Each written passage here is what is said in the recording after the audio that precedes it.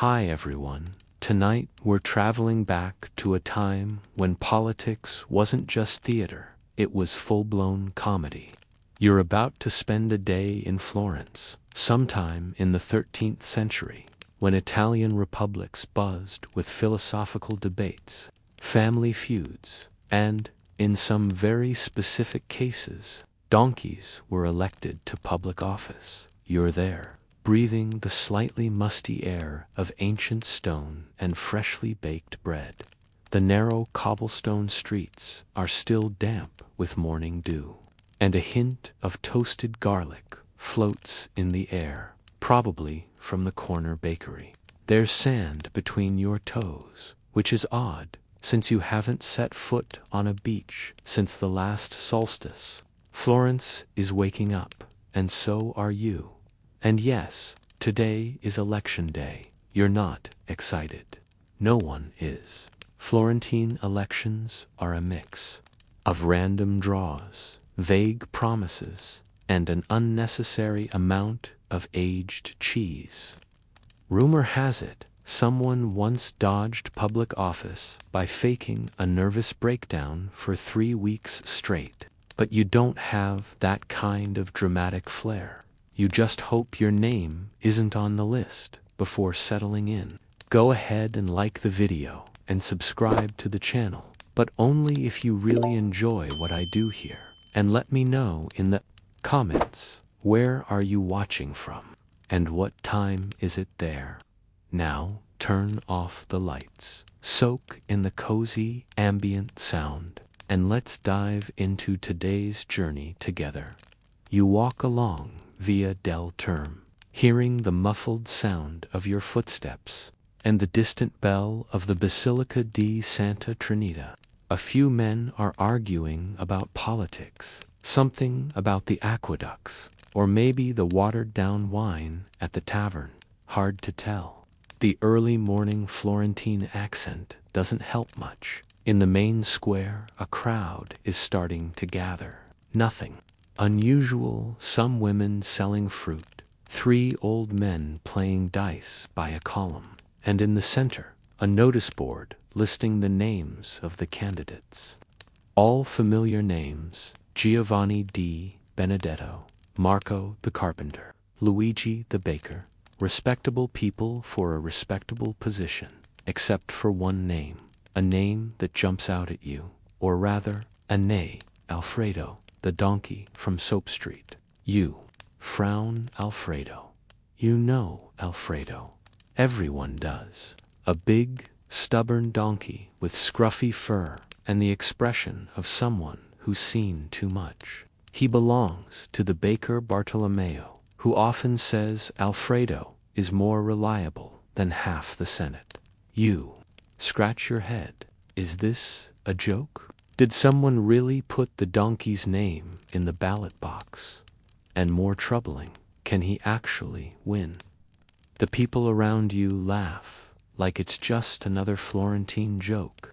But you notice the knowing glances exchanged between a few well-dressed gentlemen. One of them whispers, "Better Alfredo than another Medici, don't you think?" Historically, we know that Florentine government in the 13th century was notoriously unstable. Political posts changed every 2 months, as if everyone was playing a medieval and slightly tragic version of musical chairs.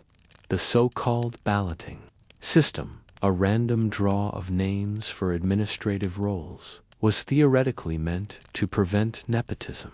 In practice, it only increased the confusion and the number of awkward parties. You start to wonder if putting Alfredo on the list is a form of silent protest, or just collective boredom. You follow the crowd to the front of the Palazzo Vecchio, where the elections will take place later in the afternoon. Along the way, you hear increasingly strange rumors. They say the donkey already has his own coat of arms, that there'll be a holiday in his honor if he's elected, and that an astrologer predicted it weeks ago in a dream. Historians still debate whether this election really happened, or if it survives only as an anecdote passed down through generations of Florentines. Some suggest it was a play staged by theater apprentices. Others say it was a political protest against the control of the Guelphs and Ghibellines. But you, living through it now, just want to know if Alfredo will actually wear a senator's robe. And if so, will it be linen or velvet? Something more breathable, perhaps. You return home, a small room above a shop that only sells wooden spoons. From your little window, you can see the square coming alive. The sun paints the rooftops with that golden hue that only exists in cities with centuries of history. And there he is, Alfredo, eating hay, silently, with the calm of someone who has no idea he's running for public office. As you prepare some herbal tea, or maybe it's just weak wine with mint, hard to say, you start to wonder, what if he wins? Maybe that would be a good thing. He doesn't talk. He makes no promises. He doesn't try to please anyone. He simply is Dot. And that, honestly, already puts him ahead of a lot of people out there. You wake up to a sound you don't immediately recognize. A deep, confident hee-haw, like someone testing the sound system for a Baroque donkey concert. It takes a few seconds to remember that. Yes, today is election day, and yes, a donkey is one of the candidates. Or maybe the only one with a real shot at winning. Outside your window, the city is more stirred than usual. An improvised flag bearing Alfredo's face, or at least something vaguely resembling his silhouette, flaps in the wind, tied to a clothesline. Someone scribbled hope on 4 legs just below it. You yawn. Florence has seen a lot. Civil wars, Michelangelo's sculptures, saltless bread. But this is new. You head downstairs slowly, avoiding the creaky steps. The smell of fried onions wafting from the tavern on the ground floor is far too intense for this time of day. But Florence never had clear rules about breakfast. In the streets, the buzz is general. Near the market, an old man is handing out rolled-up flyers that read, "Vote for the one who won't lie, Alfredo 1274. The main square is packed. A few stalls have been set up with snacks, dried figs, goat cheese, rosemary biscuits, and a mysterious barrel labeled only wine, with a question mark. The mood is festive, but there's also a strange tension in the air, as if everyone's pretending it's all a joke. But what if? You approach the makeshift platform in front of the Palazzo Vecchio. The election organizers, a mix of merchants, priests, and 2 very confused students from Bologna, are debating whether it's legally permissible to place an animal in the Senate. One of them, the shortest, cites the 1236 statute. Every citizen of Florence has the right to be elected, provided they are not dead or exiled. He shrugs. Alfredo is alive and has never left the city. One of the historians present is scribbling furiously. He whispers to another, "This will make for a 12-page article or a diplomatic scandal. Maybe both." Meanwhile, Alfredo stands there, tied with a ceremonial ribbon, calmly chewing an apple as if nothing is happening. He is absurdly serene. You realize that might be his greatest political strength. He simply doesn't care. On the makeshift bleachers, an elderly woman remarks to her friend, "At least he's not from the Medici family." Her friend replies, "Nor the Pazzi." He single quotes as ... neutral. Alfredo's neutrality becomes his greatest asset. He takes no sides, has no alliances, no influential relatives. He doesn't speak. There's nothing safer for a people tired of fiery speeches, historically. This period in Florence was marked by constant conflicts between the Guelphs pro-papacy and the Ghibellines pro-empire. Elections and offices changed hands like handkerchiefs on a windy day, and many citizens, especially those who just wanted to sell bread, carve spoons, or sleep in peace, were exhausted. Alfredo, unwittingly, had become a symbol of that exhaustion. You lean against a column and watch as the voting begins. The system is complicated. Each voter must draw a small ball with a name on it. Some names are real people, others names inserted for fun or protest. And there it is, Alfredo's name inscribed in Latin, Alfredus Asinus, in formal calligraphy. The first balls come out. 2 votes for Giovanni di Benedetto, 1 for Teresa the seamstress, 3 for Alfredo. You hear someone whisper, "If he wins, I'll make a mosaic of his face." Another replies, "If he loses, I will too." By mid-afternoon, Alfredo already has 19 votes. The next closest human candidate has 11. People start laughing less. The kind of nervous laughter that comes when the joke begins to feel real. One of the organizers suggests canceling everything. The other says, "Either we go through with this, or we admit elections never made sense anyway." And in the midst of it all, Alfredo sleeps, standing like true political masters do. You decide to step away from the center and walk to the Arno River. The waters remain calm, as if they couldn't care less about the world of men. A fish leaps, a boatman sings out of tune, and a dog barks at its own paws. You think, will someone, 100 years from now, tell this story and think it's a lie? Curiously, old documents from the Commune of Florence mention a certain quadruped who received honorary representation, though the details are vague. Historians still debate whether this refers to Alfredo or to another political animal, long forgotten.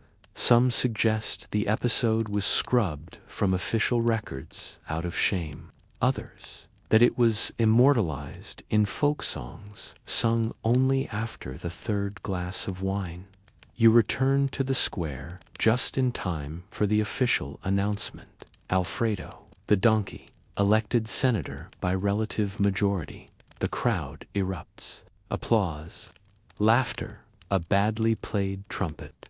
Someone tosses lavender petals into the air. One man cries with laughter. Another just cries. And Alfredo, he remains exactly where he was, chewing the same piece of apple as before. You're there, standing in the middle of the crowd, trying to process what you've just witnessed. A donkey has been officially elected senator of the most influential city in Tuscany.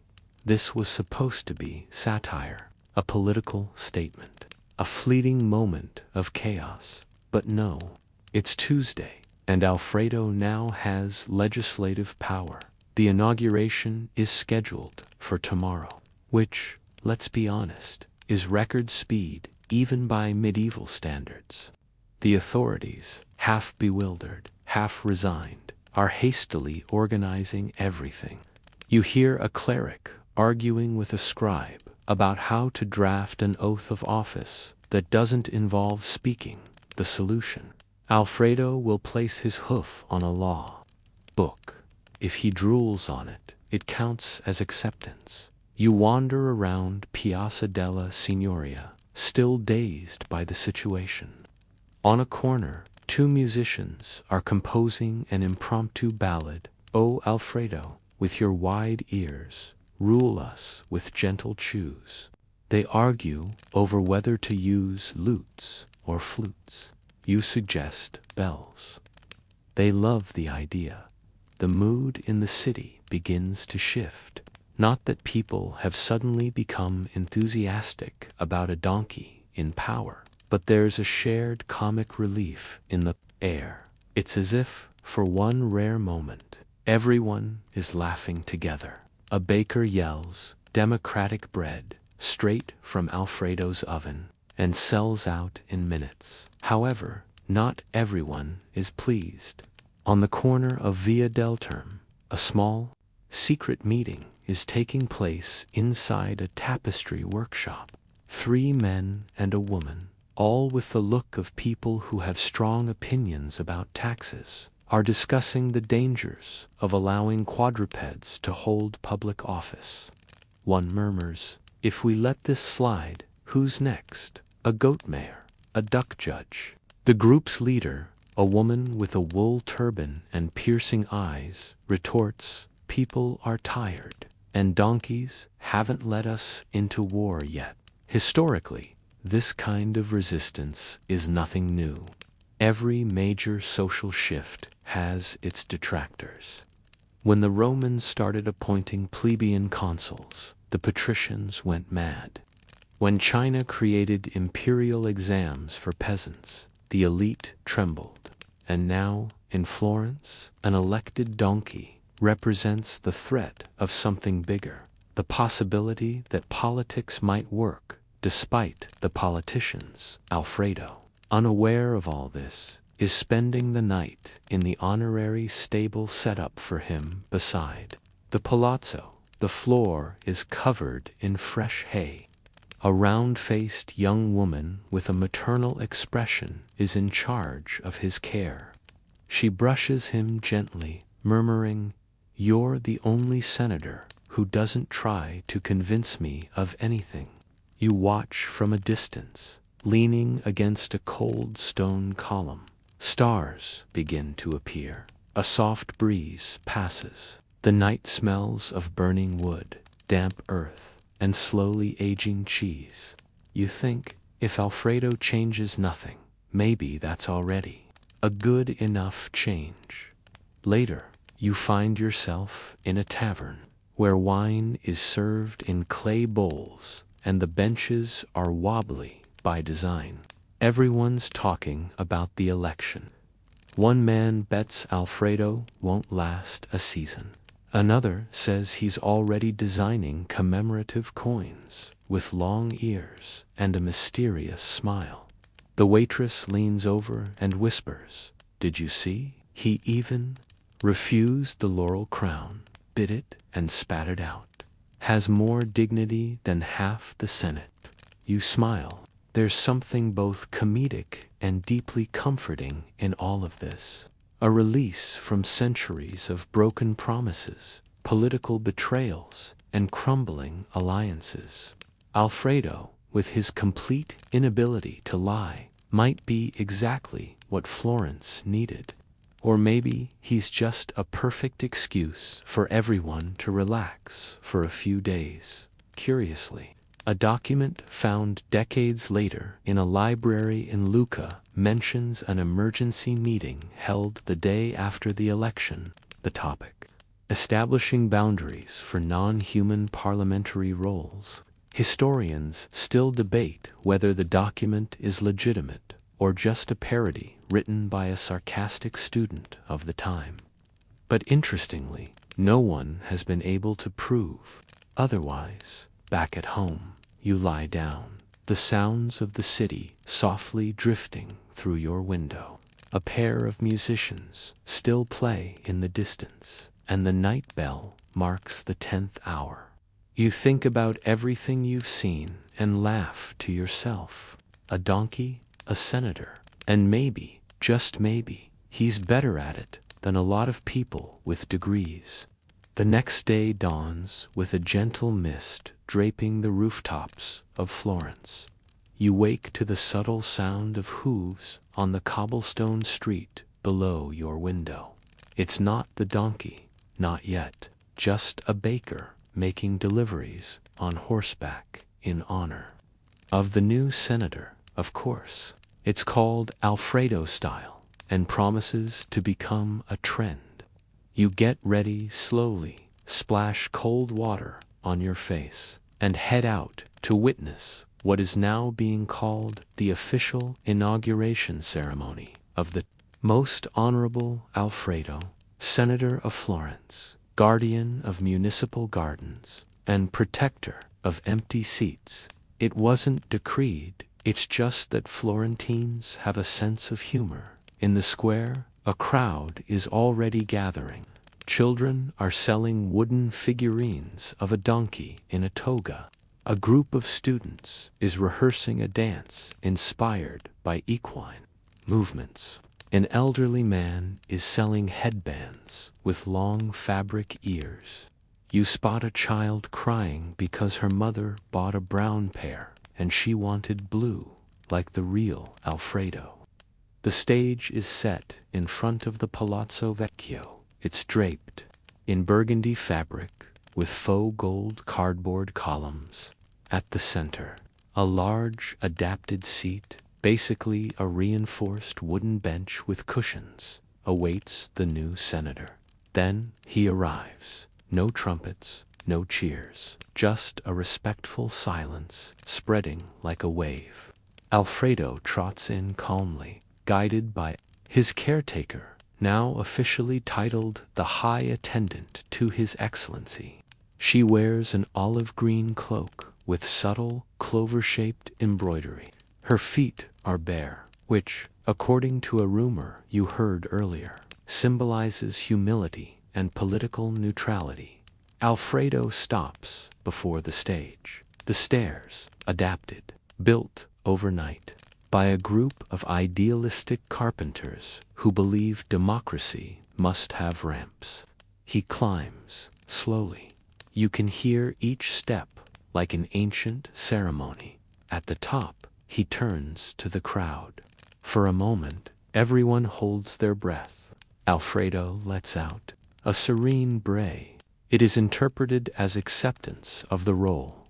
The official scribe approaches with a large leather tome, opening it to the oath page. The high attendant places Alfredo's hoof on the text. Alfredo holds it there for exactly 3 seconds, then withdraws. The scribe proclaims solemnly, "Accepted it is. By the hoof it was sealed." The crowd erupts in silent applause. That's right. For some spontaneous reason, everyone applauds in silence, clapping their hands in the air, as if they were in a monastery that values dramatic etiquette. You watch the moment with a strange feeling in your chest. It's not exactly pride, nor disbelief. It's more like comic peace, a temporary suspension of political logic, replaced by something far more comforting, the acceptance that absurdity, well managed, can be deeply soothing. The rest of the day unfolds like an improvised holiday. Shops close early. A bakery gives out donkey-shaped bread stuffed with rosemary and social critique. The corner tavern renames the dish of the day to Alfredo's legislative stew, a vegetarian casserole with carrots and potatoes, served in bowls with little sculpted ears. But in the inner halls of government, the mood is different. A group of more traditional senators gathers to draft the protocol for interaction with non-human representatives. One wants to mandate the ability to produce intelligible sounds. Another suggests alternating sessions with interspecies translators, likely Buddhist monks or children under 6. You hear a background murmur. What if he vetoes a tax with a single kick? Historians still debate whether any of these protocols were ever approved.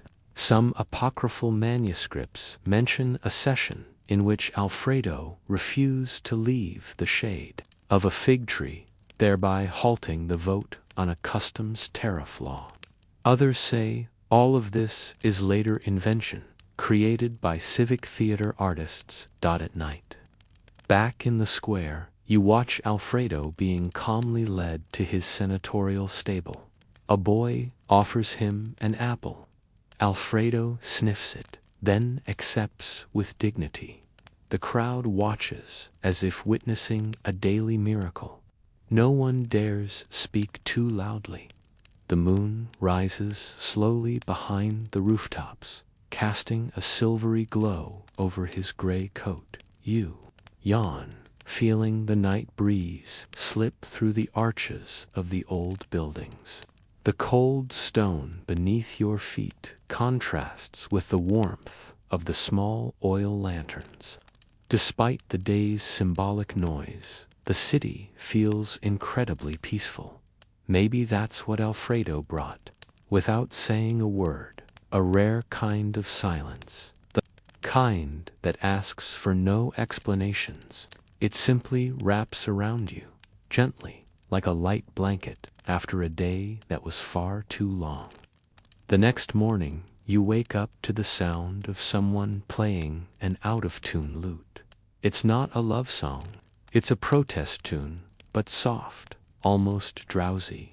A local troubadour has composed a ballad titled The Bray of Reform, telling in a slow rhythm the story of Alfredo and the first day of the Senate under asinine leadership. As you walk through the streets, you notice the posters are changing.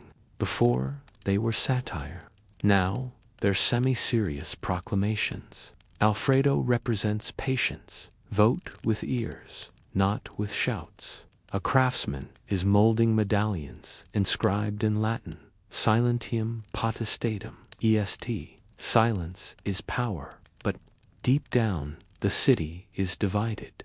You watch a discussion circle in the market square. On one side are the Alfredists, who believe the donkey represents the end of empty rhetoric. On the other, the rationalists, who claim that appointing a quadruped was a mistake caused by excessive fermentation in the municipal wine. A merchant says, "At least the donkey doesn't steal." Another replies, "But he also doesn't understand taxes."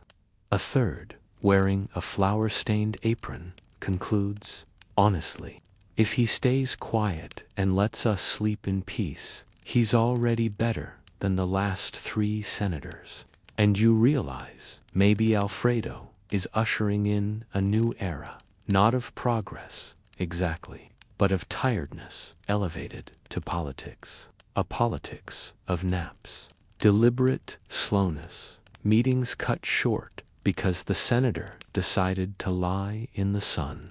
In the Senate, Alfredo shows up. He arrives punctually at 10:15, never 10, never 10:30.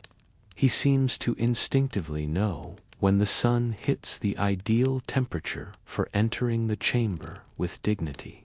His caretaker leads him to his seat. In front of him, the documents are laid out. He doesn't read them, obviously, but he sniffs each one carefully. During the sessions, he emits the occasional bray. The scribes attempt to interpret.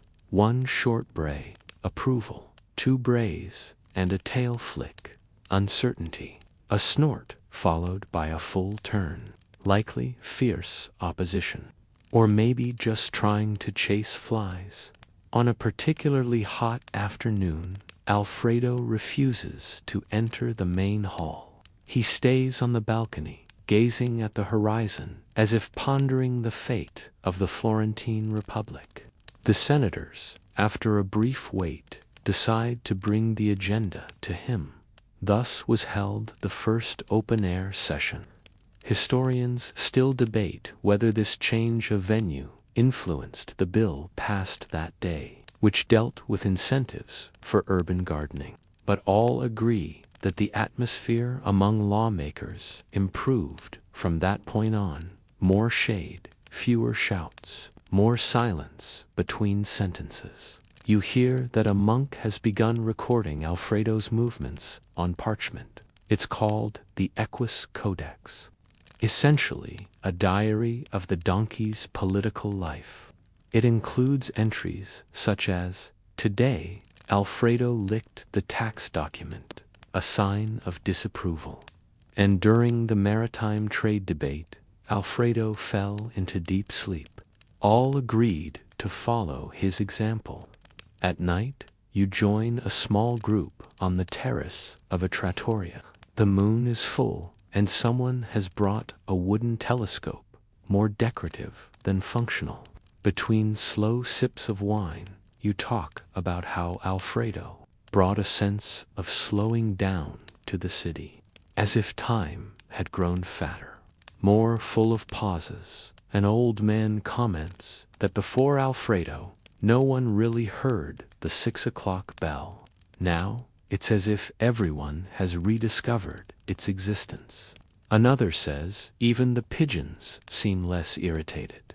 A woman laughs and asks if Alfredo couldn't be promoted to ambassador of peace.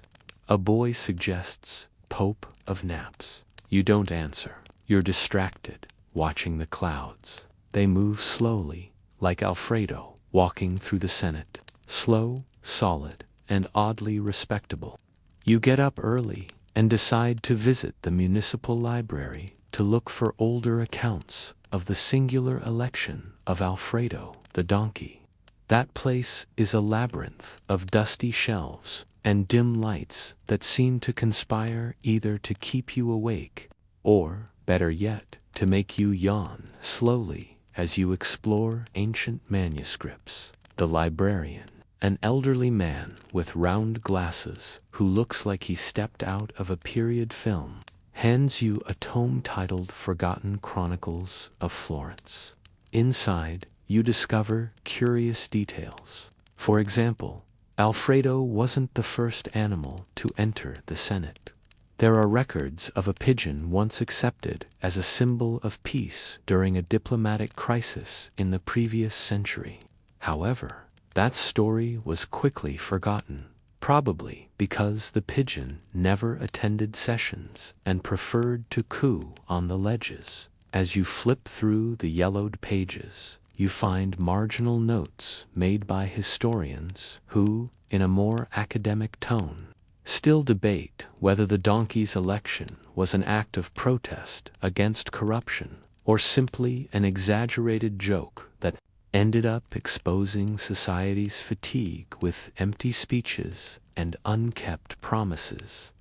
In the middle of this deep dive, you come across an eccentric curiosity, a manuscript that mentions the Festival of Long Ears, an annual event where Florentines celebrated the city's most patient animals, attributing to them a kind of silent wisdom. It seems that Alfredo, even before becoming a senator, was already a symbolic figure in this tradition, known for his unshakable calm and willingness to carry heavy loads without complaint. Unlike human politicians, you imagine yourself walking through the city back then, smelling the damp wood after the rain, the scent of fresh bread from the bakery, and hearing the murmur of conversations that blended hope with irony. Modern historians still debate whether this festival of long ears inspired the social acceptance of Alfredo as a senator, or if it was simply a fortunate cultural coincidence. But they agree that the association between animal patience and governance became a powerful metaphor. You close the book with a satisfied sigh, a bit more aware of how absurdity can be transformed into symbol. You walk slowly to the window, watching the gentle movement of people in the square. Perhaps that's Alfredo's true legacy, not the ability to legislate, but the power to slow down the frenzied rhythm of Florentine politics, turning an ordinary day into a moment of pause and quiet reflection. You feel the gentle weight of that thought as the sun begins to warm the old bricks.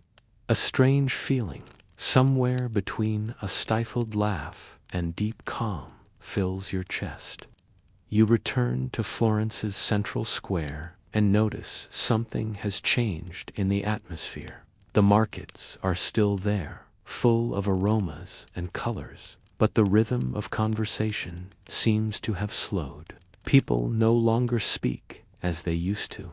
almost as if they're testing the patience of Alfredo. The donkey, senator. As you walk, you see a group of artisans who've made donkey puppets for a popular theater play.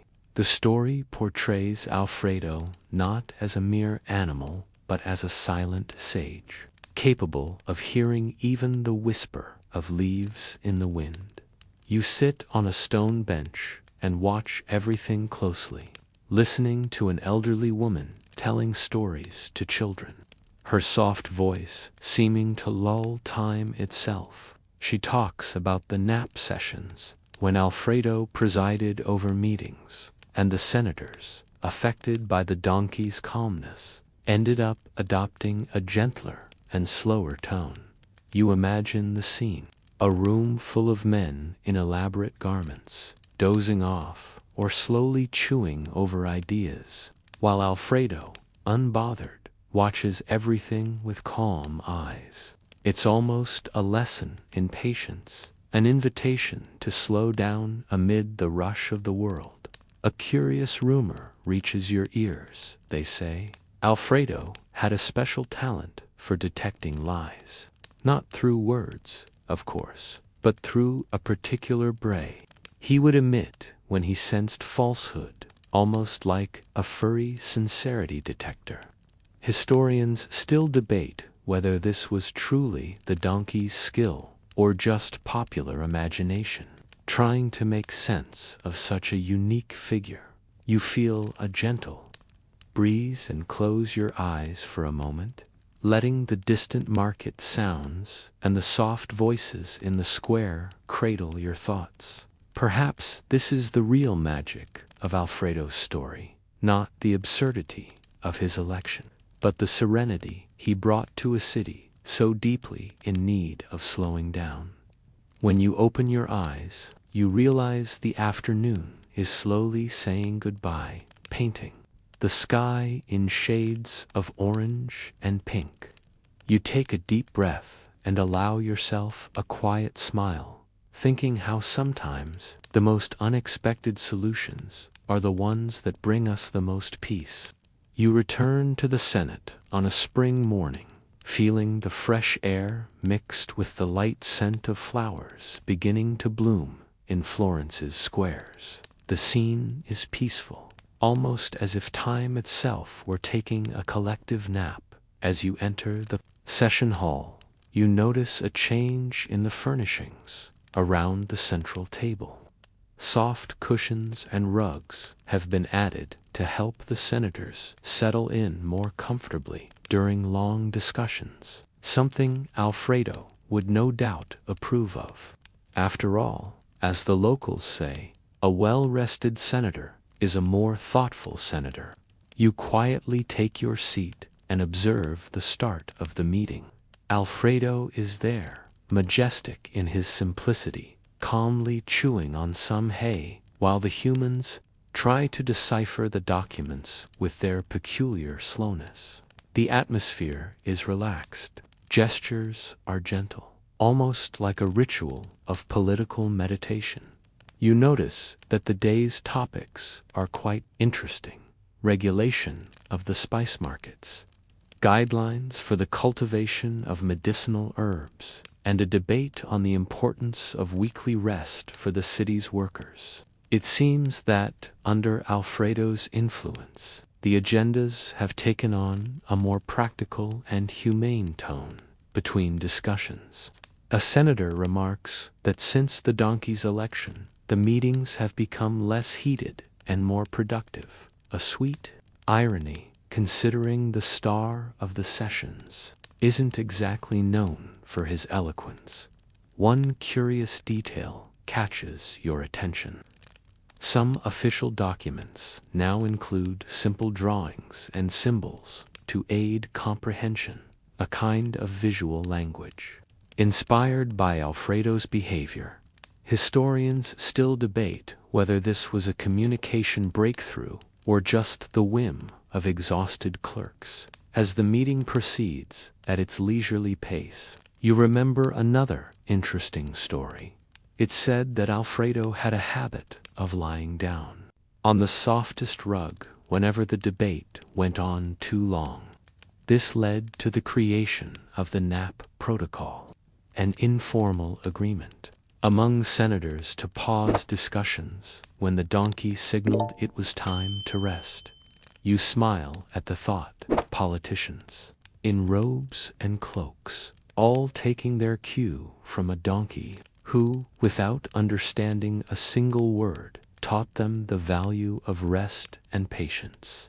It's as if Alfredo were the silent guru of a slow revolution. When the session ends, you rise with a feeling of lightness, not just because of the fresh air, but because of the calm that has taken over a space that, not long ago, was the stage for fiery debates. As you leave, you realize the city has changed too.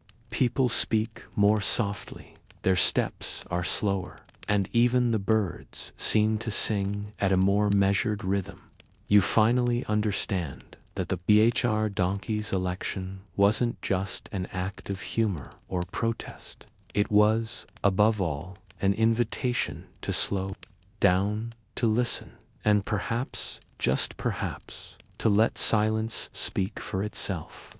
You walk through the narrow streets of Florence, feeling the stone pavement beneath your feet and the aroma of freshly baked bread wafting from a nearby bakery. As you walk, you recall how, back then, politics was a spectacle full of formalities, where words often weighed more than actions. Alfredo's presence in the Senate seemed like a subtle reminder that not everything had to be taken so seriously. You picture yourself among the common citizens who watched the election with a mix of amusement and hope. Some said the donkey was more honest than the politicians themselves. At least Alfredo didn't make empty promises or get involved in intrigue. As you cross the square, you meet an old fabric vendor who tells stories of how the donkey became a symbol of patience and resilience for many workers. They saw Alfredo as a silent example of how to face daily hardships without losing one's calm, a valuable lesson in turbulent times. You pause for a moment to watch a group of children playing, imagining that they may never have heard this story before. Perhaps, to them, Alfredo is just a funny character, but to you, he represents a rare moment when the city allowed itself to laugh at itself without haste or judgment. Believed Alfredo had a calming aura that soothed even the most anxious souls. Historians still debate whether this was a real effect or simply a myth that grew over time. As the sun begins to set, painting the sky in soft hues, you feel a growing sense of peace. Alfredo's story is a pause in life's fast-paced rhythm, an invitation to take a deep breath and appreciate the simple things. You continue your walk through the city, carrying with you that sense of lightness and the subtle smile that comes from thinking about a donkey elected to a role that, deep down, was more about humanity than politics. You return to the Senate grounds, this time in early autumn, when the leaves begin to fall, painting the streets in golden and reddish tones. The weather is mild, and a peaceful silence seems to envelop the building, as if everything is breathing at a slower rhythm. As you walk through the ornate corridors, you notice small traces left by Alfredo, discreet hoof marks on the polished stone, and even a faint smell of hay that still lingers in the air. These details almost make you feel as if the donkey is still nearby, watching with his calm and inquisitive eyes. You sit on a wooden bench near the window and observe the senators arriving. They seem less tense than usual, walking with gentle steps and serene expressions. Alfredo, of course, is no longer physically present, but his influence is still felt. One particular discussion catches your attention. A debate about old laws that once governed the coexistence of different guilds in the city. You notice how the rhythm of the conversation is slow, almost meditative, and that the participants seem more interested in understanding than in arguing. You recall a well-known historical fact. Florence, during the Renaissance, was a vibrant center of culture and politics, but also of intense tensions, which makes this current calm particularly remarkable. An eccentric curiosity arises when one of the senators mentions that Alfredo even inspired a peculiar fashion trend, donkey ear hats worn at parties, to remind people that sometimes wisdom comes from the most unexpected places. Historians still debate whether this fashion was a passing joke or a lasting symbol of humility. You feel the golden sunlight touching your face, bringing a comforting sensation. The story of the donkey in the Senate is a gentle reminder that patience and simplicity can sometimes be the greatest virtues. With that reflection, you prepare to leave the place, carrying with you the image of that donkey who, in silence, taught an entire city to slow down and look at life with more lightness. You smell the sweet aroma of wine being served at a nearby tavern as you walk along the cobbled streets of Florence. The soft murmur of conversations blends with the distant crackling of a fireplace, creating the perfect setting to reflect on the unexpected influence of Alfredo, the donkey senator. That night, the citizens speak more of stories than of politics, a remarkable shift for a city known for its heated debates. You join a group discussing how Alfredo, despite not speaking, changed the tone of political discussions, introducing a kind of respectful pause between arguments. You realize that the serenity he brought is not just a passing memory, but a continuous presence manifested in small gestures, a collective sigh, a more attentive gaze, a more patient ear. An interesting curiosity emerges. Some accounts mention that in certain meetings, Alfredo seemed to choose to sit beside those most in need of calm, as if he had an instinct for spreading tranquility. Historians still debate whether this was a real perception or a mythical construction of the time. As you watch the flames dancing in the fire, you think about how this story holds something universal, the reminder that even in the most serious situations, there is room for lightness and humor. You let yourself be enveloped by the warmth of the night, by the sound of storytellers' voices, and by the quiet comfort of the company around you, feeling that perhaps Alfredo's true legacy is this: the ability to transform tension into tranquility with a simple act of presence. You find yourself once again in the palace courtyard, beneath the welcoming shade of an ancient olive tree. As the late afternoon sun casts a golden light over the worn stones, there, among quiet murmurs and the whisper of the wind, you reflect on how Alfredo, the donkey senator, became a silent legend in Florence. Complexity of the political intrigues that once dominated this place. You imagine the gatherings that took place here, where, instead of the usual noise of heated debates, there were gentle pauses and moments of contemplation. You smell the earthy scent of the olive tree and hear the distant sound of calm footsteps echoing in the courtyard. Alfredo, even in his absence, seems to have left a mark that goes beyond words, a sense of calm that still lingers in the air. A well-known fact returns to your mind. In 15th century Florence, political power often shifted between rival families and factions, making the Senate a minefield of disputes. The election of a donkey was, without a doubt, an original and peaceful way to protest against such tension. A curiosity you discover is that Alfredo was inspired by a popular tradition that used animals to symbolize honesty and simplicity, making his election even more meaningful to the people. Historians still debate whether this story is a literal account or an allegory about the need for renewal and humility in politics. You feel a gentle breeze that seems to carry the distant echo of Florence's voices, inviting you to slow down, to listen, and to remember that sometimes true wisdom lies in stillness. You sit on a stone bench by the banks of the Arno River, watching the water lazily glide beneath the bridge.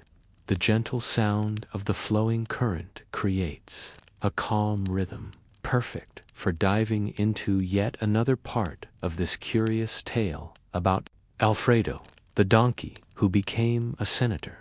As you watch the current, your thoughts drift to the meetings that once took place in the Senate, many marked by intense debates, disputes, and power games.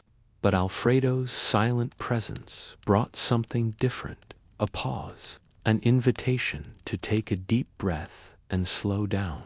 You remember that Florence, at the height of the Renaissance, was a hotbed of cultural innovation, but also a place where political tensions could erupt at any moment. In that atmosphere, Alfredo represented a kind of refuge for frayed nerves. You notice the subtle scent of the river mixed with the fragrance of nearby flowers as a cool breeze brushes your face.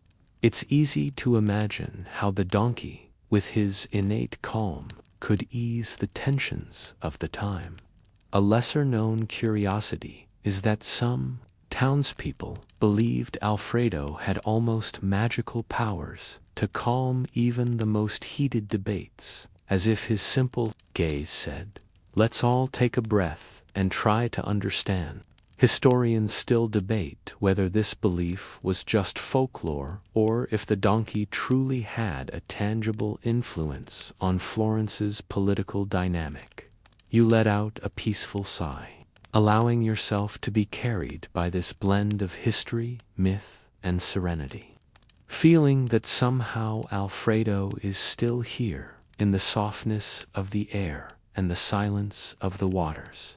You now walk through Florence's central market, where the murmur of voices and the aroma of spices blend into a vibrant and comforting dance.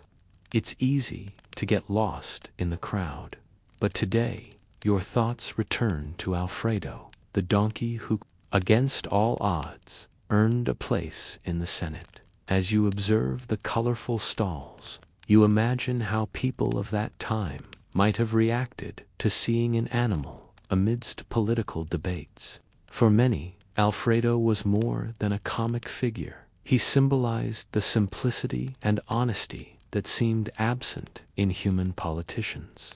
You feel the gentle warmth of the sun on your skin, the sweet scent of ripe fruit, and the coarse texture of a linen sack you hold.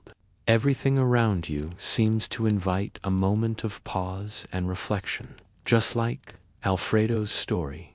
A curious fact, in some regions of Italy, animals were used in ceremonies and public performances to convey social and political messages, which makes Alfredo's election all the more fascinating. Historians still debate whether the donkey's election was a spontaneous act of popular protest or part of a broader symbolic tradition. As the distant sound of a lute plays softly, you allow yourself to sink into this world where politics meets the unexpected, where the lightness of a donkey can teach something about patience and humility. You take a deep breath, feeling the city's atmosphere wrap around you like a warm blanket of stories and sensations ready to carry you into a night of dreams. You return to the main hall of the Senate, where candles cast a soft, flickering light on the adorned walls. The silence is comforting, almost reverent, as if the space itself acknowledged the quiet importance of that special donkey.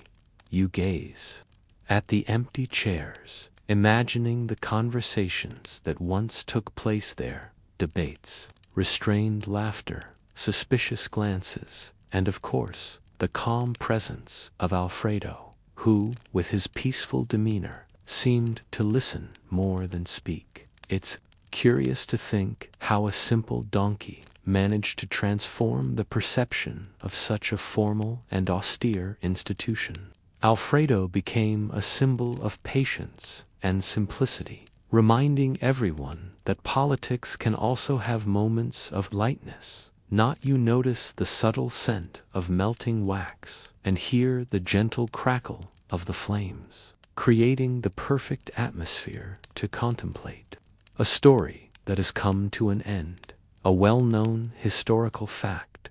Alfredo's election not only offered a comic interlude, but also raised important questions about representation and the voice of the people in Florence. A lesser-known curiosity is that the story of the donkey senator inspired other cities to adopt creative and humorous forms of political protest.